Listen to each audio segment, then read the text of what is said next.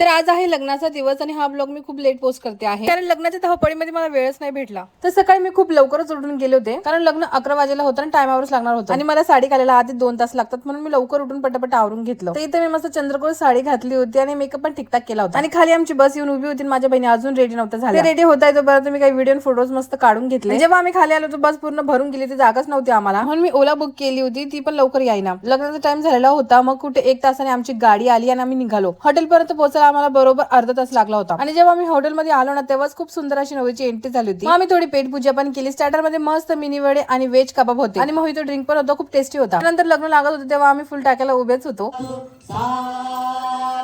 मस्त मी जेवण केलं. आधी मी व्हेज मंचाव सूप घेतलं होतं, ते पण एक नंबरच होतं. त्यानंतर मी खाल्ली आईस्क्रीम. सिंपल होती पण टेस्टी होती. मेन कोर्स मध्ये खूप सारे टेस्टी आयटम होते आणि माझा फेवरेट आमरस पण होता. आम्ही सर्वांनी मस्त जेवण केलं. त्यानंतर नवरी सोबत फोटो काढले. वेळ आली नवरीची विदाईची. नवरी सर्वांना भेटत होतोपर्यंत आमची बस पण येऊन गेली होती. यावेळेस आम्ही पुढेच होतो. बस आल्याबरोबर आम्ही बसून घेतलं कारण सकाळी आमचे चांगलेच वाणे झाले होते.